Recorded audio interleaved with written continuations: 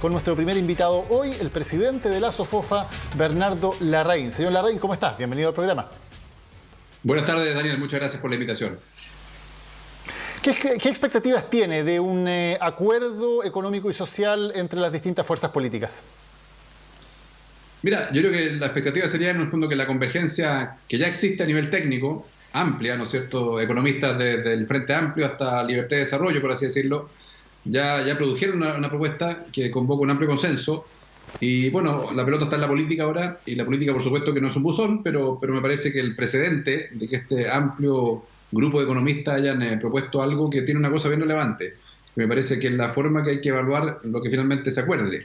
Si esto va a ser solamente focalizado en la emergencia, en lo inmediato, en lo que todos sabemos que es urgente, ¿no es cierto?, que es aumentar el ingreso familiar de emergencia, que es extender por más tiempo la ley de protección del empleo, o si va también a incluir la reactivación económica, porque básicamente la protección social de hoy día solo es sustentable con una reactivación económica mañana. Entonces me parece que sería lo fácil sería solamente acordar lo primero, que obviamente hay amplio consenso en subir el ingreso de emergencia, en extenderlo por más tiempo, en que no se reduzca mes a mes, lo mismo con la ley de protección del empleo. Lo difícil es, ¿no es cierto?, al mismo tiempo pactar ciertas políticas públicas de reactivación económica, porque no se puede lograr una protección sustentable si es que no se reactiva la economía posteriormente. Así que son dos vasos comunicantes, son dos labores de la misma cadena. Así que yo creo que si solamente se limita a lo primero, me parece que no habrá estado a la altura de las circunstancias. Y en ese segundo punto, el de la reactivación económica, ¿cuáles son los puntos que para ustedes consideran que son intransables o que son, para ponerlo en otra palabra, fundamentales para que se pueda llegar a un buen acuerdo? ¿Cuáles puntos de reactivación económica ustedes creen que son los más relevantes? Bueno, más que intransables para el mundo empresarial, lo que hay que exigirle en el fondo a la política es que básicamente ponga los temas en la mesa que son necesarios para que el país se recupere, ¿cierto? No es un tema ni del mundo empresarial, ni de tal segmento de empresas, ni de tal otro segmento de empresas, sino que es un desafío país. Y por eso es tan relevante que se pongan a la altura. Y por eso, por ejemplo, en Alemania, la política se encerró durante 2 días y sacaron un acuerdo muy ambicioso que no solamente contiene medidas de protección, sino que también medidas de recuperación. En total creo que son 140.000 millones de euros, lo que acordó nuestros 3 o 4 partidos alemanes, insisto, en 2 días, digamos. Entonces, básicamente, ¿cuáles son las cosas esenciales? No hay duda que la primera y gran desafío, ¿no es cierto?, es el empleo. Y aquí básicamente lo que hemos dicho es lo siguiente: si vamos a reactivar el empleo, por supuesto que se requieren subsidios como son los subsidios al empleo, los subsidios a la contratación, pero que al mismo tiempo enfrenten un desafío de largo plazo. Si vamos a subsidiar los empleos del pasado, por así decirlo, creo que habremos perdido la oportunidad. Entonces, combinar subsidios al empleo con programas de reconversión laboral y de intermediación laboral, esa combinación es esencial. Y también creemos que para que realmente se haga realidad la recuperación del empleo, que va a ser gradual, es también importante incorporar ciertos espacios de mayor adaptabilidad al código laboral, aunque sea a través de un dispositivo de emergencia, que se extinga una vez que se acabe el plan de emergencia, para no entrar en la discusión de fondo que genera mucha discrepancia, ¿no es cierto?, que es la flexibilización del código laboral en forma definitiva. Se puede activar un mecanismo de emergencia porque la recuperación va a requerir de más flexibilidad. ¿Por qué? Porque va a ser una recuperación que va a estar básicamente en un momento en el cual solo se han acelerado las tendencias tecnológicas, como es, ¿no es cierto?, el trabajo a distancia, como es, ¿no es cierto?, la diversidad de turnos, la diversidad de jornadas, en fin. Creo que la integración entre trabajo a distancia, trabajo presencial, turnos diversos, es una realidad cada vez más presente. Por lo tanto, la recuperación va a requerir más flexibilidad en el rígido código laboral que tenemos. Y también el segundo punto... Y la ayuda a grandes empresas, una ayuda estatal a las grandes empresas, ¿también debería estar dentro de estos puntos cruciales en temas de reactivación? Bueno, estaba tanto en la propuesta del ministro de Hacienda, estaba en la propuesta de los 16 economistas, por lo tanto sería sorpresivo que no estuviera en el acuerdo político. ¿Y por qué? Porque básicamente son empresas sistémicas, en el sentido que dependen de ellas una cadena de valor integrada por muchas pymes. Segundo, porque generan mucho empleo. Tercero, porque proveen un bien o servicio que es estratégico e irreemplazable. No es cualquier empresa grande. El tema es, ¿no es cierto?, que sean sistémicas, primero, y segundo, que no tengan un problema de solvencia permanente, estructural, sino que es un problema de liquidez transitorio. Entonces, básicamente, creo que por algo todos los países del mundo han puesto a disposición de las empresas, sin discriminar tamaño, esquemas de garantía estatal. Eventualmente el Estado puede, en el fondo, exigir como colateral por ejemplo, acciones preferentes. En fin, hay muchos esquemas que se pueden instalar, pero sería sorpresivo que no estuviera algún esquema de asistencia estatal vía garantías para las llamadas empresas sistémicas. En eso, por ejemplo, para quedarnos en ese punto que el que ustedes han propuesto, asistencia estatal mediante garantías, ¿cómo le explicaría usted a una persona que, por ejemplo, el escaso dinero fiscal que hay se ponga en garantías, que finalmente, eventualmente podrían tener que pagarse, y no, por ejemplo, en aumentar un poco más el ingreso familiar de emergencia, que más allá de que lo que se diga en este acuerdo probablemente va a seguir muy debajo de la línea de la pobreza, cuando hay que priorizar algo en estos momentos? ¿Por qué se debería priorizar, por ejemplo, entregarle garantías a grandes empresas? Porque son dos eslabones de una misma cadena, Daniel. En el fondo, si fuera tan simple como simplemente destinar gasto público a apoyar a las familias con un ingreso de emergencia y no procuráramos que al mismo tiempo ojalá se destruyeran menos empleos, cayeran menos pymes, empleos y pymes que dependen de estas empresas sistémicas. Bueno, obviamente, insisto, por eso he dicho que la protección de hoy día es completamente, está vinculada con la recuperación económica de mañana. Y quien produce esa recuperación económica son precisamente empresas que no están por su propia voluntad con una actividad, ¿no es cierto?, al mínimo, incluso a cero, sino que hubo necesarias medidas de los estados de todas partes del mundo para restringir fuertemente su actividad. Entonces es una razón exógena, que es completamente ajena a su voluntad, ajena a los naturales riesgos del negocio. Por lo tanto, si el Estado le pide a esa industria, por razones completamente fundadas, deténgase, bueno, es razonable también que para que pase este valle, luego quede parada, ¿no es cierto?, después del valle, exista una cierta asistencia, que no es asistencia con recursos, es solamente una préstamo que le da el sector privado a la empresa con una garantía estatal, que solamente en el escenario, en algunos escenarios puede eventualmente ser usada, pero ojalá que no sea el caso, y por eso es tan importante que la empresa beneficiaria no tenga un problema de solvencia permanente. O sea, si una empresa que venía mal de antes no merece, ¿no es cierto?, ser receptor de un esquema con garantías del Estado. Solamente aquellas que estaban bien y que básicamente fueron golpeadas por medidas de la autoridad para enfrentar la pandemia, las que requieren, ¿no es cierto?, una cierta asistencia transitoria con algún instrumento inteligente que no implique favorecer, dicho sea de paso, a los accionistas, sino que solamente proteger los empleos que genera y las cadenas de valor que dependen de esa empresa.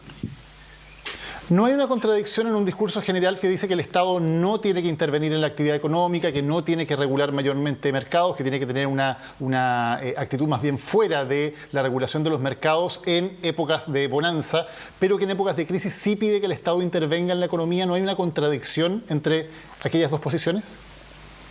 Lo que pasa es que la intervención, acuérdese usted que el impacto en la economía es consecuencia de acciones del Estado, acciones que todos apoyamos y comprendemos, que le piden, ¿no es cierto?, a las personas, que le piden a las empresas que detengan su actividad, a las personas que se queden en su casa, a las empresas, muchas de ellas en el fondo que paren su actividad. No es una acción, digamos, parte del curso natural de los negocios, digamos. Es simplemente es consecuencia de una acción del Estado la menor actividad de las empresas que requiere una cierta asistencia para seguir sosteniendo los empleos que generan y seguir en el fondo generando en el fondo estas cadenas de valor que están compuestas por muchas pymes, digamos. Así que nos parece que esa es la explicación. No hay una contradicción entre decir en el fondo que la economía, el 90% de la economía la genera la actividad privada y no parece razonable que el Estado sea el gran, digamos, actor de la economía, así como sí debe ser el actor en regular la economía, en establecer en el fondo protección a los consumidores, en establecer normativas que procuren que haya libre competencia en los mercados. No es el Estado quien debe ser el principal actor protagonista de la economía, salvo cuando claro, pero en una el Estado le Sí, en una crisis como esta, por ejemplo, si son empresas, como dice usted, sanas, que luego se van a recuperar, que están pasando por un problema de liquidez, ¿no debería ser el propio mercado el que finalmente las rescatara? Porque si una empresa es sana, si está pasando por un bache de liquidez, el propio mercado debería poder darle préstamos a esa empresa que luego se recuperaran. ¿Por qué en este caso podemos decir que no funciona el mercado y es necesario pedir que el Estado intervenga en ese rescate? Si es que son empresas sanas, como estamos hablando. El mercado sabe procesar bien los riesgos, ¿no es cierto?, propios de las distintas dimensiones en las cuales normalmente vive, ¿no es cierto?, la economía. Me refiero, puede ser un riesgo de cómo cambian los mercados, de cómo cambian, ¿no es cierto?, las economías del globo, de cómo cambian los tipos de cambio. Todos esos riesgos, por supuesto, que son propios del mercado, y el mercado tiene que procesarlos, absorberlos. Y bueno, si una empresa cae en ese contexto, es el mercado quien tiene que absorber las pérdidas. La diferencia aquí, ¿no es cierto?, es que ese mercado no funciona cuando, más que riesgo, lo que hay es incertidumbre de variables completamente ajenas a las dinámicas propias, ¿no es cierto?, de la economía. Nadie sabe, en el fondo, cuánto durará la pandemia, nadie sabe si habrá un rebrote, nadie sabe, en el fondo, cuándo se va cuándo se podrá levantar las necesarias medidas de restricción, de cuarentena, tanto para personas como para empresas.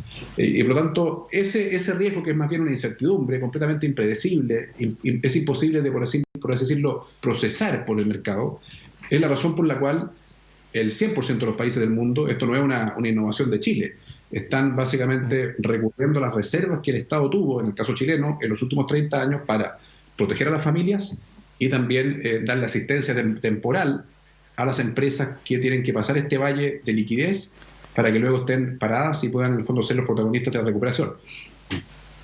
Señor Larraín, y en esta incertidumbre, como usted bien la describe, evidentemente se corren riesgos cuando se interviene. Y lo que han hecho otros países, por ejemplo Alemania, para seguir un país que usted ponía como ejemplo al principio de la entrevista, es que para ayudar a empresas como Lufthansa, por ejemplo, el Estado entra en la propiedad de manera provisoria, de modo que luego eventualmente pudiera vender esas acciones a mayor precio y resarcir el riesgo que está tomando. ¿Ustedes se abren esa posibilidad que en los casos de intervención de grandes empresas, de rescate de grandes empresas, ello sea contra propiedad estatal, al menos por un periodo limitado de tiempo? Bueno, cuando yo hablaba, ¿no es cierto?, de una garantía del Estado que esté respaldada por una prenda, por así decirlo, de acciones preferentes me refiero que sus dividendos sean preferentes a otros dividendos, que su amortización sea preferente a otras deudas. Bueno, obviamente en el caso de que la empresa finalmente falla en el servicio de la deuda que le provee, ¿no es cierto?, el actor privado, que está garantizado por el Estado, y el Estado tiene que finalmente respaldarse, bueno, puede acceder a esas acciones preferentes, y en ese caso contingente se transformaría en un accionista transitorio. Ahora, ¿por qué el Estado? Yo creo que eso es mejor, que sea un evento contingente en el caso de que finalmente la empresa no pueda pagarle al banco que le prestó el dinero, y a su vez el banco recurra a la garantía del Estado. En ese caso, el Estado se compensa, ¿no es cierto?, haciéndose las acciones. Me parece que es más eficiente que la intervención directa del Estado en la empresa en cuestión. Y lo otro que quiero decir, en el fondo, es que aquí, cuando se habla de Estado, es como si fuera un ente abstracto que es exactamente igual en todas partes del mundo. A mí también me critican muchas veces, mire, ustedes que son tan promotores de la actividad privada y son admiradores, por ejemplo, de Singapur, donde el Estado de Singapur tiene, ¿no es cierto?, efectivamente una actividad empresarial, pero ¿por qué no comparamos el Estado de Singapur con el Estado chileno? El Estado de Singapur, cuando participa en las empresas, participa como si fuera un actor privado. Lo dijo el primer ministro cuando estuvo en Chile.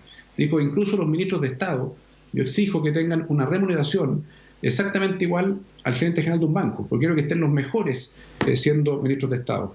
Y del ministro para abajo son todos profesionales, no son designaciones políticas. Entonces, el Estado no es un ente abstracto que en cualquier parte del mundo significa lo mismo.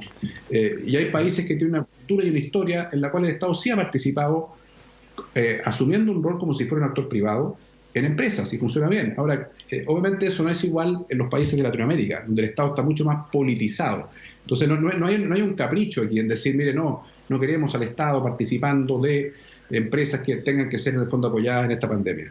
Es simplemente una precaución de que el Estado está excesivamente politizado en estos países, a diferencia de países como Singapur y Alemania, donde actúa como si fuera un inversionista privado. Y por lo tanto, si el Estado se reformara, que entiendo que es lo que usted está pidiendo, ¿usted sí estaría de acuerdo, por ejemplo, en que el Estado fuera el dueño de la principal línea aérea, como ocurre en Singapur, o que fuera dueño de una parte importante de las propiedades inmobiliarias de un país, como también ocurre en Singapur? ¿Le parecerían buenas ideas si al mismo tiempo se avanza en la reforma de ese Estado? Bueno, si ese Estado, en el fondo, actúa en ciertas empresas públicas, en conjunto con inversionistas privados que finalmente le exigen la misma gobernanza, la misma gestión que le exigen a cualquier empresa en el mundo, esa combinación de un Estado moderno que finalmente puede participar en empresas públicas, por supuesto que sí. De hecho, hoy día el Estado chileno participa en Codelco y lo hace bastante bien, participa en ENAP. Hay distintas experiencias, algunas mejores que otras. Creo que ninguna de ellas tiene el estándar de gobierno corporativo que tiene la participación del Estado de Singapur en las empresas públicas, porque en ese caso participa exactamente igual como si fuera un inversionista privado. Y eso creo que estamos muy lejos de tener un Estado de esas características. Ahora yo insisto, creo que en momentos de pandemia hay que ser pragmático, pero cuando seleccionamos los instrumentos, no supongamos que el Estado es igual en todas partes. Y creo que hay un tema de desarrollo histórico que permite que en Alemania o en Singapur el Estado pueda participar básicamente asegurando el interés de largo plazo de la empresa y no politizando las decisiones de la empresa básicamente bajo la dinámica de un ciclo político.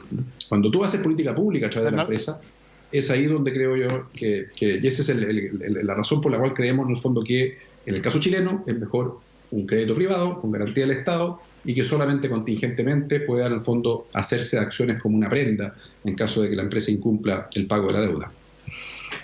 Bernardo Larraín, muchas gracias por haber conversado hoy con Agenda Económica en CNN Chile. Muchas gracias a ti, Daniel. Buenas tardes.